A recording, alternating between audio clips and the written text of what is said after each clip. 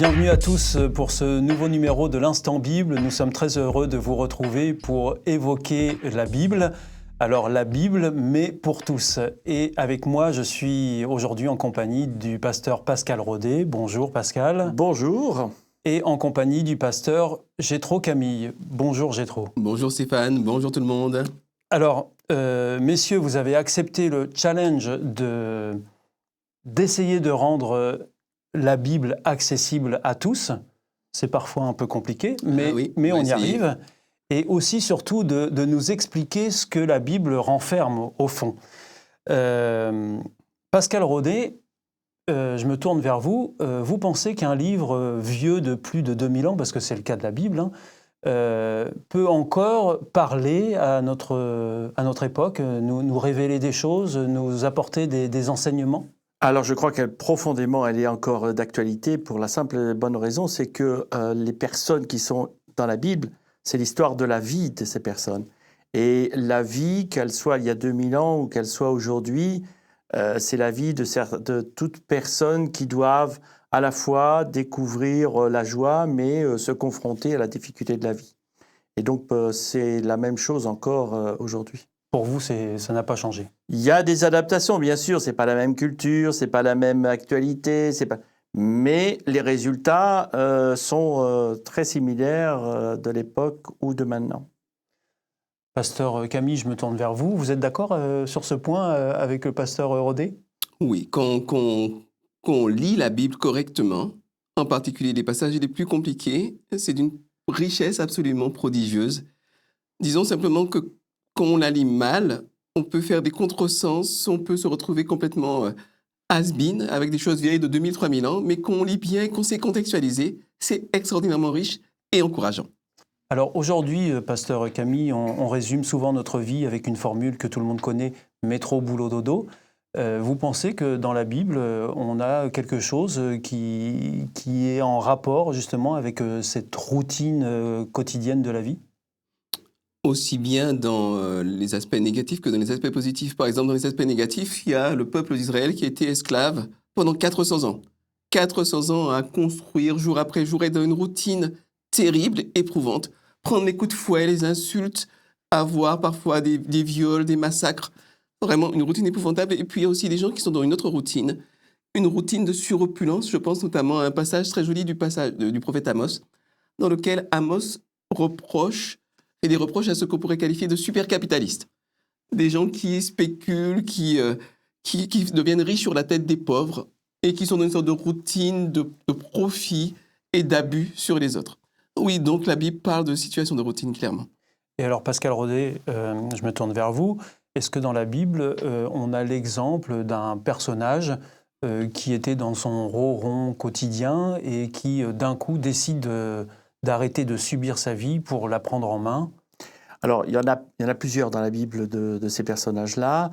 Ronron quotidien, on n'a pas forcément l'exemple profond de cette routine, mais en tous les cas, il y en a un qui a profondément changé son orientation de vie, c'est Abraham, qui, il était bien, il était dans sa ville, il était au milieu de l'endroit où il est né, etc. Et d'un seul coup, hop, il change parce qu'il sent un appel de Dieu en disant, ben voilà, tu vas ailleurs, tu vas faire ta vie ailleurs. Et dans quel passage de la Bible est-ce qu'on trouve cette histoire d'Abraham ? La vie d'Abraham, c'est dans le livre de la Genèse, c'est le premier livre de la Bible.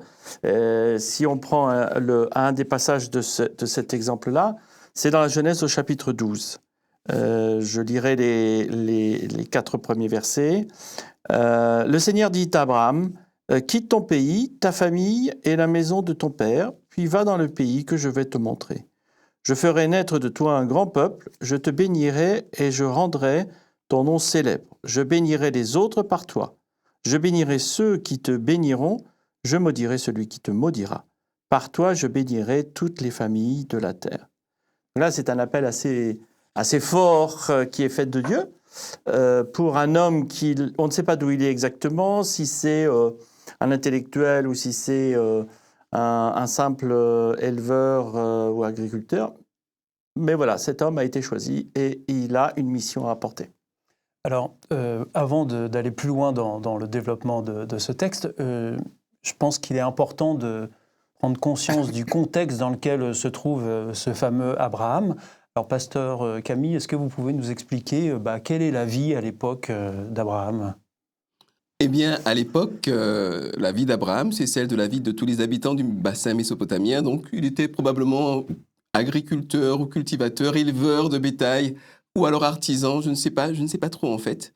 Simplement, à l'époque, les gens vivent dans une société qui est assez potentiellement fragile. Il y a pas mal de guerres, il y a des petits roitelets qui se font la guerre. Il y a quelque part aussi une forme de géopolitique de la foi. C'est-à-dire que c'est une notion très simple, c'est que je fais la guerre à Pascal.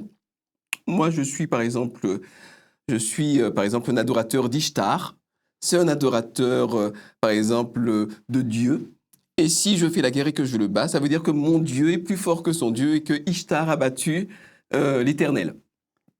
Donc, ces gens vivent dans cet univers mental dans lequel il y a une forme de précarité. La vie n'est pas si simple pour eux. Et ma foi, Abraham avait une vie comme celle de tous ses contemporains.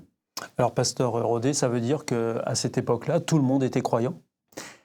Tout le monde était croyant en quelque chose. Et comme l'a bien rappelé Jétro, il y a des noms de Dieu qui apparaissent. Hein. C'est une multiplicité de dieux. Donc, il n'y a pas encore la notion du Dieu unique ? Il n'y a pas encore. C'est le début dans ces pays-là, en tous les cas. Et c'est, entre autres, Abraham qui va avoir cette notion-là d'un Dieu unique. Tous les autres avaient des dieux de différentes sortes. Et Abraham, on sait quel était son Dieu ?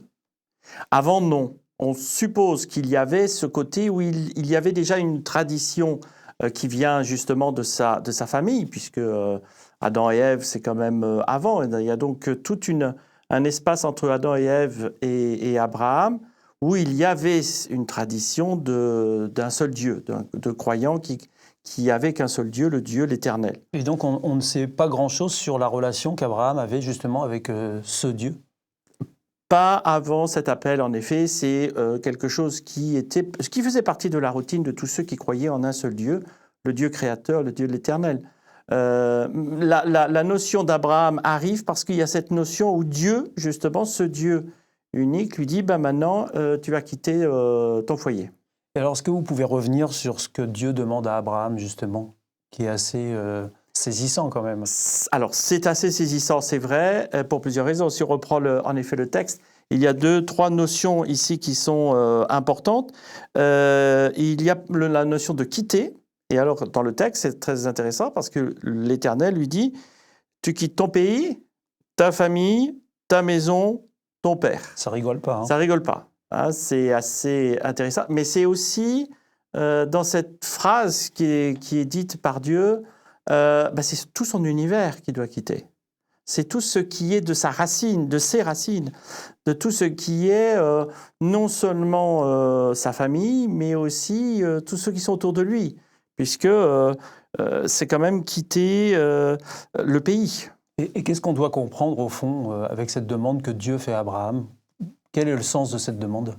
Alors il y a ici, on le sait après, hein, mais je pense qu'au moment où Abraham a reçu l'appel, il n'était pas au courant de tout ça. Hein. On le sait après, c'est Dieu qui désirait véritablement dire, là où tu es, tu ne vas pas pouvoir grandir correctement. Quitte, moi je t'offre quelque chose de nouveau. C'est d'ailleurs la deuxième élément dans le texte qui est annoncé. Il dit pourquoi. Dieu lui dit, voilà, tu vas devenir par qui je vais pouvoir bénir les autres. Donc c'est quand même quelque chose, une mission très, très importante, très belle, très grande, très belle, très belle. Alors, pasteur Camille, justement, Pascal Rodet vient d'utiliser le mot mission. Vous pensez que Dieu donne une mission à Abraham? En fait, une vie qui n'a pas de mission, ce serait une vie qui n'a pas de sens. Et Abraham reçoit quelque part l'injonction de se déplacer physiquement pour aussi symboliser un déplacement spirituel, psychologique et mental. Et une vie qui est en mouvement, c'est une vie qui est belle, c'est une vie qui a de la profondeur, une vie qui stagne. Si Abraham était resté toujours au même endroit, c'est quelque chose qui ne l'aurait pas aidé à grandir, à être bien dans sa vie. Donc oui, Dieu confie une mission incroyable à Abraham, être en bénédiction aux autres.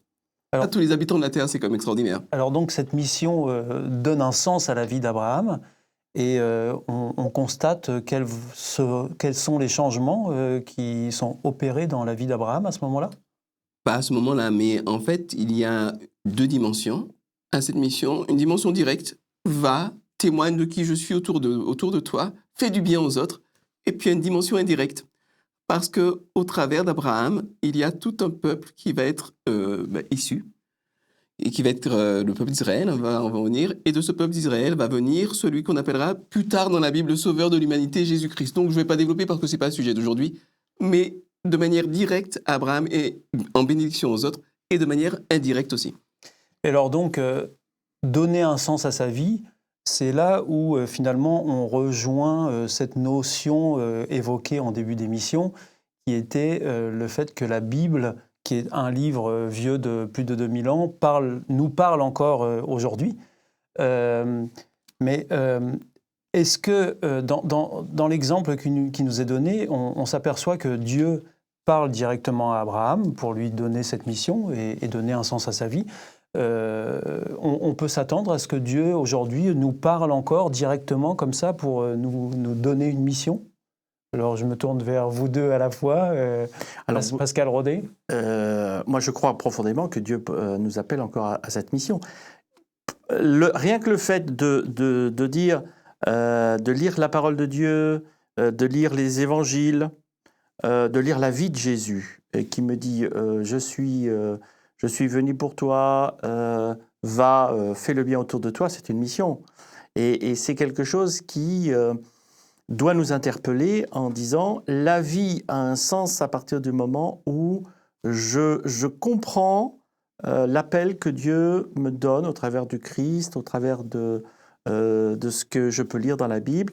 Dieu me dit va et partage la joie, la paix et le salut que j'ai offert à tout le monde.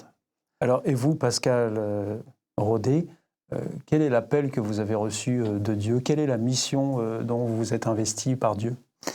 J'ai reçu l'appel pour moi comme étant à plein temps au service de Dieu. C'est-à-dire que, voilà, en tant que pasteur, j'ai vraiment reçu cet appel où il me dit vas-y, prends pleinement ta vie et occupe-toi durant tous les moments de ta journée pour les autres, pour la parole et partage. Partage dès que tu peux, partage cette relation que tu as avec moi, fais-le découvrir aux autres. Pour moi, ça, c'est mon C'est la mission à laquelle vous avez été appelé par Dieu. Pour moi, oui.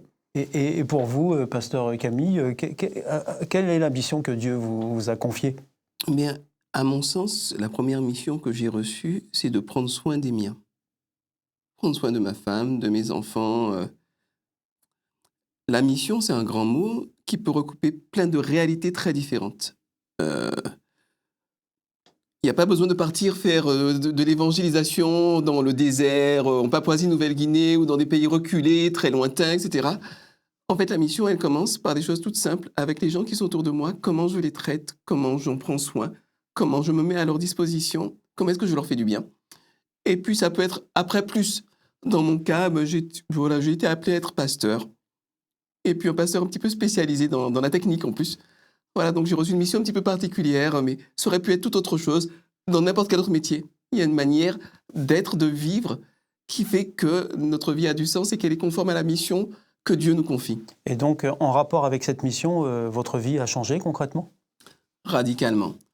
J'étais un petit fêtard, c'était les boîtes de nuit, l'alcool, les filles, etc. C'était pas très intéressant, en fait, très banal, quoi. Et surtout aucun sens. Et maintenant, j'ai la joie de parler de Dieu, j'ai eu la joie de faire des visites. C'est ce que je préfère dans le pastorat, les visites. Quand tu vas visiter des gens, des papis, des mamies, des jeunes, des moins jeunes, et que tu partages un moment de fraternité, parfois d'aide, parfois d'écoute, c'est très très riche et ça fait vraiment du bien de faire du bien aux autres. Ça fait du bien de faire du bien aux autres. C'est ce qu'on trouve d'ailleurs chez Abraham, parce que quand on y réfléchit, Abraham est considéré comme le père de tous les croyants aujourd'hui. Oui. Mais quand on regarde sa vie, il a fait ni plus ni moins que des rencontres. Il n'y a pas eu véritablement de grands miracles comme Jésus ou comme Moïse. Abraham a vécu sa foi avec Dieu au sein de sa famille, quand il a rencontré des rois, quand il est passé d'un pays à un autre, il a simplement témoigné de sa vie. Je pense que ça, c'est déjà un sens premier pour toute personne. Alors à vous qui nous écoutez, qui nous regardez et qui cherchez encore un sens à votre vie, eh bien je vous souhaite de pouvoir entendre la mission à laquelle Dieu vous appelle. Si vous souhaitez en savoir plus ou revenir sur les textes qui mentionnent la vie d'Abraham, eh bien nous avons le plaisir de vous offrir une Bible avec notre partenaire Hope Bible afin de pouvoir vous y replonger. Il vous suffit de nous la demander aux coordonnées qui seront mentionnées juste après cette émission. Merci beaucoup, pasteur Camille. Merci. Merci, pasteur Rodet, d'être venu pour cette émission nous parler de cette histoire de la vie d'Abraham. Et puis on se retrouve la semaine prochaine pour aller un peu plus en avant dans la mission que Dieu confie à Abraham. Merci beaucoup. Au revoir, à bientôt.